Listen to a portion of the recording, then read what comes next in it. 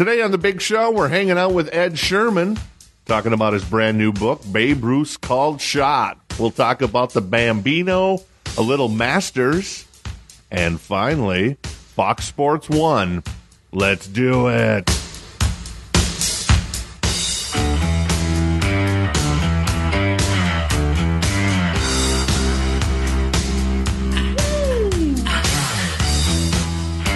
Hey, it's your good friend, it's your pal, it's your compadre. It's TC, everybody. How you doing? Welcome to Sportsnaut Unfiltered. We are live without a net every Monday through Friday right here on The Big Show. And for me, it's all about having a laugh, making some new friends like Ed today, and not being afraid to call the ridiculous in sports ridiculous. Because you know there's a lot of people that walk around with broomsticks right on up the keisters. No. That is not what I am or the show is all about. We're about having a good time all of the time. Hey, make sure you swing on. Speaking of Sportsnaut, speaking of Sportsnaut, make sure you swing on by the juggernaut of love, as I call it, sportsnaut.com. That's sports as in, well, sports, and not as in you're the juggernaut, baby. Our writers are putting up some great stuff, and in fact, the Kleinschmidt, as I love to call her, great story on, why baseball is the greatest sport, and I concur indubitably. I love me some NFL, but baseball is where it's at, in my humble opinion. Hey, if you want to follow me on Twitter, you can. It's Hey TC. That's Hey as in, hey, you, stop doing that. And TC as in, let's see here. T as in, I don't know, maybe Twitter. And C as in, that's a tough one. Cleavage? Twitter cleavage? Yeah, sure, why not, right? Final thing before we talk to Ed today. Well, actually, I should point out, because we're talking about the Bambino today, I decided to use a little, and the called shot against the Cubs at Wrigley Field. Thinking about Chicago music. Well, I'm a rock guy, so I went to Rockford, little Cheap Trick, busting out a song that Babe Ruth could have appreciated, Gonna Raise Hell by the mighty Cheap Trick. So, got to give proper attribution to that one. That is a great American band, awesome band, and there you go. Okay, so final thing before we get to Ed. If you're digging on the show, you're digging on the vibe, you're like, hey, Ed's a great guest. And yeah, exactly. And TC, you're getting a lot of cool people on the show. Well, thank you. I appreciate that. I got to ask you to subscribe to the show on iTunes. And hey, if you want to do me a really big solid, tell a family member or a friend about the show. We're here for about 20 minutes once a day. Have some fun. Have a laugh. That's all it's all about, man. I know there's a lot of competition for your entertainment dollar these days, and hey, hopefully you dig on the show and you'll give it a shot and put it on your playlist, and we'll go from there. I thank you in advance. So what's going on the Big Show today? Well, we're talking with Ed Sherman. He's the author of the brand new book, Babe Ruth's Called Shot, The Myth and Mystery of Baseball's Greatest Home Run. And Ed, is that baseball's greatest home run? I know I just said it is, but... well, everything, I think everything, every book that's written now about sports or anything else is the greatest, it proclaims the greatest game, the greatest shot, the greatest whatever. So, right. I think that kind of goes with publishing these days, is they have to proclaim it as the greatest. But I would say that it's definitely, I've been telling people it's definitely the most... debated home run, that's for sure, whether or not he called his shot. And it was also the most unique, regardless of where you stand, it was also the most unique at-bat in baseball history. There was never anything like it. Talk about that a little bit, because I was reading an excerpt, and it just, just kind of tell me the story of the at-bat. Try to imagine this happening today in the middle of a World Series. First of all, you had the incredible bad blood between the two, the Yankees and the Cubs, over the Cubs signing a former Yankee shortstop, Mark Koenig, who was on the 27 Yankees late in the season, and he went on to he got on a hot streak and really helped them win the pennant. And they only gave him a partial World Series share, and the Cubs and the Yankees felt that they were being cheap to their former teammate. So that's what kind of started the bad blood. And so now you have a World Series in the middle of a World Series game. When the Yankees were up in the series 2-0, but the Cubs had finally started to come back. They just tied the game in the bottom of the fourth. So now the momentum shifting, and Ruth's coming up, and the crowd's really into it, and the Cub players are taunting them, and they're literally physically out on the grass outside the dugout. I mean, when would you ever see that in today's game? And he's making these gestures now as he, gesturing for them to get back into the dugout, and he's definitely engaging them, or is he calling his shot? Is what the legend became. Regardless of what you think, I mean, it was just an incredible moment. He's definitely being challenged, and how did he respond to his challenge? If he strikes out or hits a weak pop up, it's a different story. But Babe Ruth doesn't do that. He hits one of the longest home runs in World Series history. In Wrigley Field history, and almost 500-foot shot. And what he doesn't get enough credit for was that home run effectively ended that series. I mean, the Cubs were just dead. It took all the momentum. They meekly went out in that game, and then the Yankees killed them in Game 4. Right after that called shot home run, Lou Gehrig hit the next pitch from Charlie Root for a home run. So I mean, it was just an incredible moment, and it's nothing. You can't even picture something like that happening in 2014. I would have loved to have seen Charlie Rich on the mound. Actually. That'd be good too. Well, he would have done just as well on those two pitches to Ruth and Gehrig. I mean, just think about that. Just the history of that back-to-back pitches. Ruth and Gehrig hit home runs in the World Series. I mean, that is. Just to see that alone without all those antics would be, something you'd be talking about 82 years later, like we're doing right now with the called shot. You can follow Ed on Twitter. It's at Sherman_report. And the website is theshermanreport.com. And the book is, of course, Babe Ruth's Called Shot, the myth and the mystery of baseball's greatest home run.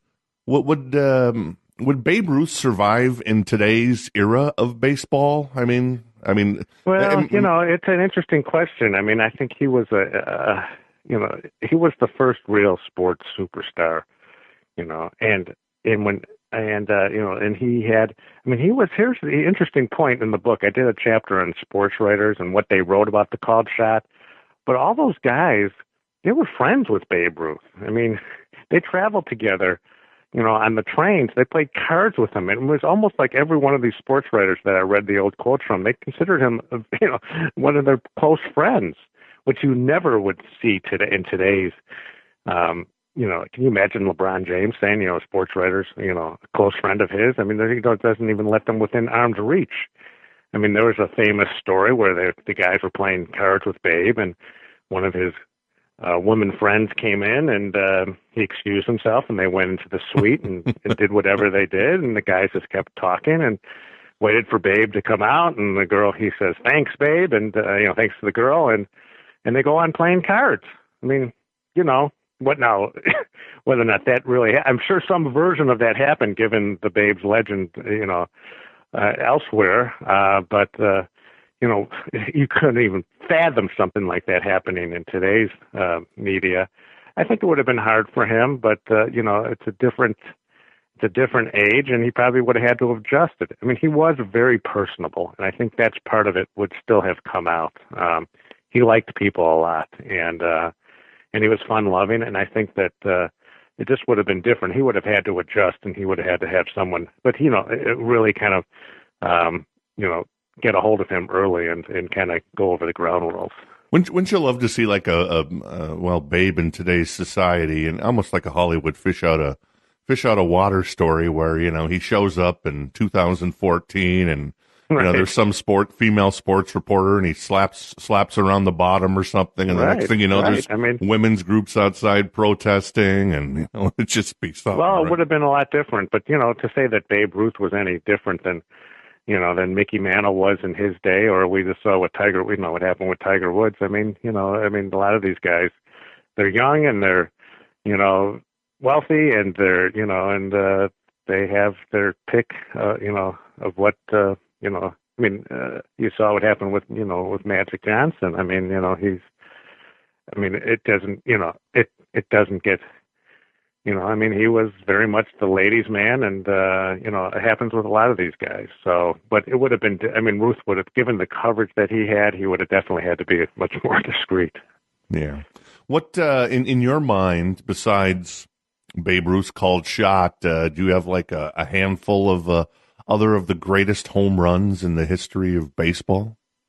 Well, I mean, I think you have to start with Mazeroski winning the World Series. I think to me the most exciting home run, and probably because of the call that goes, Russ Hodges' call, but the Bobby Thompson's home run to, that famous home run, to me that was just given that moment and given the rivalry between those two teams, and then then coupled with the epic call from, the Giants win the pennant. I mean, to me that was the most exciting home run in baseball history, and the Kirk Gibson home run, just because of the moment that was attached to it. I mean, it was kind of something out of the natural.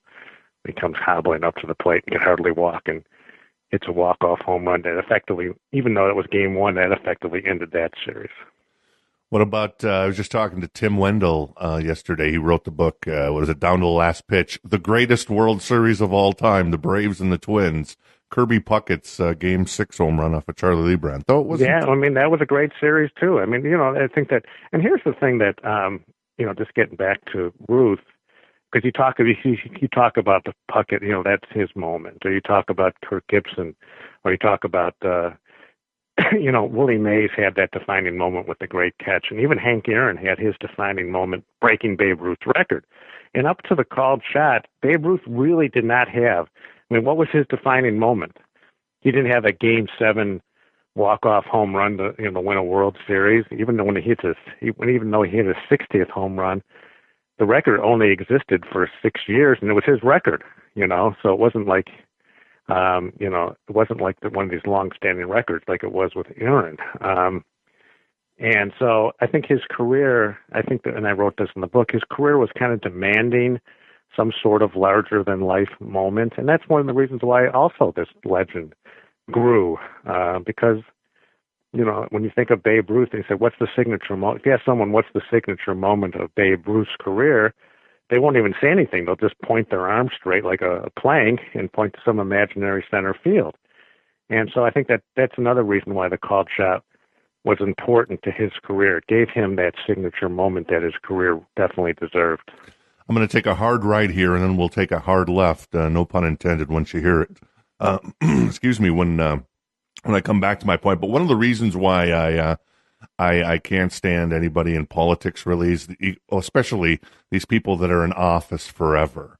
And you actually, now I know with the Supreme Court, it's an appointment, but you actually talked to John Paul Stevens. Right. About this game, and he was 12 years old at the time, and he's still a part of and that was world. One of the reasons, that was a big reason why I wound up doing the book. I originally went there to talk to him for a story for the Tribune that never ran. It's kind of funny because we were doing, I was going to be in Washington, and I heard he'd been at that game, and the Cubs were about to play in the postseason in 2008, and everyone was collecting stories, Cubs stories, figuring out a long postseason run for the Cubs finally, and then they lost in 3 straight to the Dodgers, and so the story never even ran. But it kind of, when I talked to him, it kind of got me going. First off, it was so exciting to be in a Supreme Court justice's chambers. How often do you get to have that experience? Right. And and have a sitting Supreme Court justice at the time talk about being at this great game. He was very proud of having been there. In fact, as I write in the book, I mean, he had a Babe Ruth picture, a painting of that moment, or it was kind of an exaggerated, painting of that moment of him pointing, and so definitely, and he had a scorecard that someone sent him for the game. So he didn't do many interviews. In fact, when I called, and I love this story more than anything, is when I called and I kind of tried to explain to his assistant what I was doing, and it was like, you want to do what? You want to come to the Supreme Court to talk about baseball with this, Supreme Court justice, right? Are you crazy? He says, well, the judge is very busy, and I'll run it by him, but I wouldn't expect anything. The next day, I get a call from this lady, a woman, and she says, you have an appointment with the judge on such and such a day. Of course he wanted to talk. He was very proud of having been there. And so that was a very memorable day and experience in writing this book. I'm trying to do my math, and what year was the cold shot? 1932, so it's been, this will be the 82nd, anniversary of. Yeah, okay. So if he was 12, John Paul Stevens is 94? Is that right? Yeah, he was 88 when I talked to him. So he was still on the bench at 88. Wow. And it was great. He was a very much of a baseball fan. In fact, he once represented Charlie Finley. Did some work for him early on. So he was a big baseball fan and a Cubs fan. Grew up in Chicago, and he was very proud of. It was really. It kind of shows you that, that what the role that sports plays. Here's a guy who was on the bench for 35 years. I think Ford appointed him, and yet, if you look at all the Wikipedia, all the stories, it very high up in the first paragraph, it says he was at the called shot because he talked about it so much. Nice. The book is Babe Ruth's Called Shot, The Myth and the Mystery of Baseball's Greatest Home Run. You can follow Ed at the Sherman _report on Twitter, and the website is the Sherman Report. I also see that you love yourself some golf, and you co-host a Saturday morning golf show on WSCR AM 670. I assume that's in Chicago, right? Yes, it is. Yeah, and so I don't mean to boast, but last week I had a golf writer on from what was it? I think it was Roto World. It was a little fantasy golf, but he was kind of won the greatest. He won I think golf writer of the year within the fantasy realm. So okay, and his pick was Phil Mickelson, and my pick was Bubba Watson. That was a good pick. How did you? I don't know how he picked Phil Mickelson, considering that Mickelson had been hurt and really hadn't been on his game coming into the tournament. And I think Bubba was, listen, Bubba won this year in Los Angeles, and he, he'd done it before, and so that was proved to be a pretty good pick. I'm not so sure that you had Jonas Blix finishing tie for second, so I'm pretty sure that wasn't part of the plan. A buddy of mine had what was it? What's his name? Jordan Spieth. Spieth, yeah. He had. Yeah, that was, that was that would have been, it would have been great if Spieth could have, or one of those guys could have done something on Sunday to put some pressure on. I think that it probably would have changed the narrative around a little bit, because the ratings were low on Sunday, much lower, and everyone was kind of pointing to the Tiger factor. But I also think that the fact that there was no drama at all on that back nine. In fact, the last two groups, the top three players only made 3 birdies on the back nine, and that it just didn't really produce any drama. And so I thought that was as much a factor in the ratings being down as Tiger not being there. Yet having said that, I wrote on my site yesterday that that the Saturday and Saturday and Friday ratings were much more indicative of the Tiger factor. And they were down sharply. 40% on Friday and 30% on Saturday. So it really goes to show you how much he does influence these golf Tiger influences. Viewers tuning into golf, and it's more the casual viewers, not the golf fan. The golf fan's going to watch regardless. Right. It's like the guy who's like at home on a Sunday. Hey, Tiger's winning. I'm going to tune in, and that's what they lose when he's not there. So of the multi champions over the last 25 years between in my notes I wrote Nick Couples, so I'm not sure if it's Nick Faldo or Fred Couples. But between Bubba Watson, Phil Mickelson, Tiger Woods, and either Nick Faldo or Fred Couples. Well, Nick Faldo won 3 times. Couples only won once. Okay, so then I meant to write Nick Faldo instead of Nick Couples. That would be a good golfer. Nick Couples would be a good, that would be a pretty good golfer. You'd have Couples' length and with Faldo's concentration and great short game. Which one of them is the greatest of the last 25 years? I still think you'd have to say. You said Tiger. You put Tiger in there, right? Yeah, because he's won a couple times. Yeah, 3 times. Well, he's won 4 times, and and just the way that he's won, and the kind of definitely. Listen, I think Tiger is in that team picture with Hogan and Nicklaus as the top 3 players of all time. And regardless of whether or not he wins another major, I mean, just what he did over that stretch is really incredible. And I still don't think he's done yet. I mean, he's we've seen other guys kind of come back and win majors when you think their career. I mean, Darren Clark won a major when we thought his career was done. I just don't think he's gonna. I just don't think Tiger's going to get to 19 majors. I think that's a pretty tall order right now. Your blog, I really like your blog. I love the information that you covered there. And it's the ShermanReport.com. And speaking of golf, you have a recent story about Fox Sports 1 launched several months ago now. Mm-hmm. First, I want to get your opinion on how they're doing, and the second thing is they're lining up a lot of good stuff. They got obviously Major League Baseball on Saturdays now. To my surprise, it's not on the Fox broadcast network anymore, right, apparently. And they've got the U.S. Open coming up next year. And I was watching the other day, and they've got the MLB Whip Around, and I'm thinking, how in the world do they have rights to do the MLB Whip Around? Then I realized they have all these regional sports networks. Well, not only that, it goes beyond that. It's not just the regional sports networks. They had to pay baseball for that. Oh, did they? And when okay. you see, they're paying baseball a premium for all these highlights, that they use, and all the networks. I mean, part of the NFL, ESPN's deal, ESPN pays more. It looks like on paper they're paying much more for Monday Night Football than NBC's paying for Sunday Night Football. Well, how can that be? Well, that also includes the rights to use all their highlights. Add 24/7.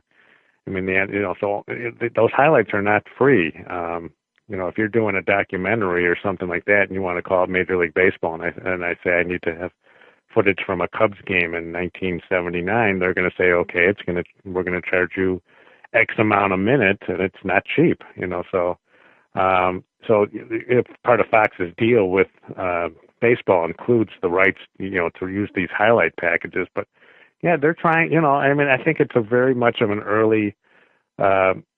Very early in the game for Fox Sports 1. I think that it's very, very tough to beat the incumbent. I like some things that they do, but at the end of the day, I'm still kind of watching ESPN and SportsCenter and some of their other shows. I still have a hard time, and I think it's really hard to get into new programming.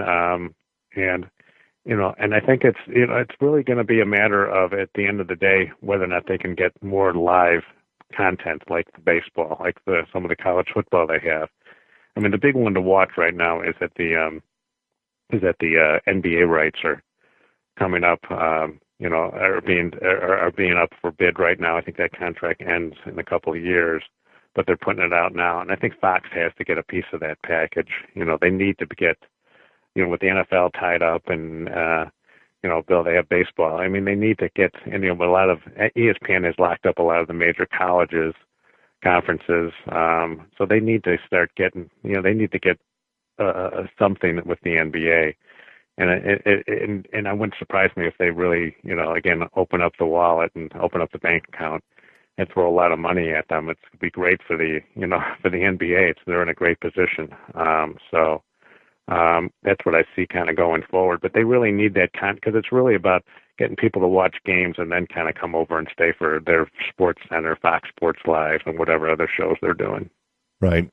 I've watched a little bit of Fox Sports 1. Ever since the MLB channel launched.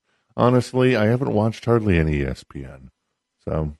Right, and I think you have NFL channel, MLB, and then you have MLB Network and NFL Network. So there's a lot of competition out there. NBC Sports does some things. I mean, we're talking, I think that they do a great job. I mean, I'm looking forward to the playoffs starting and having being able to watch all those games and all their different networks in the next few, especially during the first round. I think that's a great thing. So a lot of competition out there, and to try to build that inroad, it's going to take time. And and when people kind of look at it as a short term thing for Fox Sports, in the short term, they're wrong. This is a long term play for Fox Sports. In fact, it's probably they're thinking more of the next decade as much as setting themselves up for the next decade as much as anything else.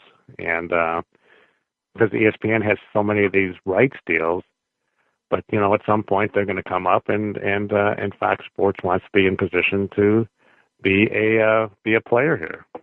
Yeah, they've Rupert Murdoch and company have obviously a successful track record of beating the incumbents. I think the play with the regional sports, the regional Fox Sports stuff was brilliant back in the day. Mm-hmm. When you look back on it, that was very nice. And it's still continuing. I mean, they just got Yes. They just acquired Yes in New York. I think they acquired Cleveland. There's talk even in Chicago that they might at some point, soon do a Cubs network.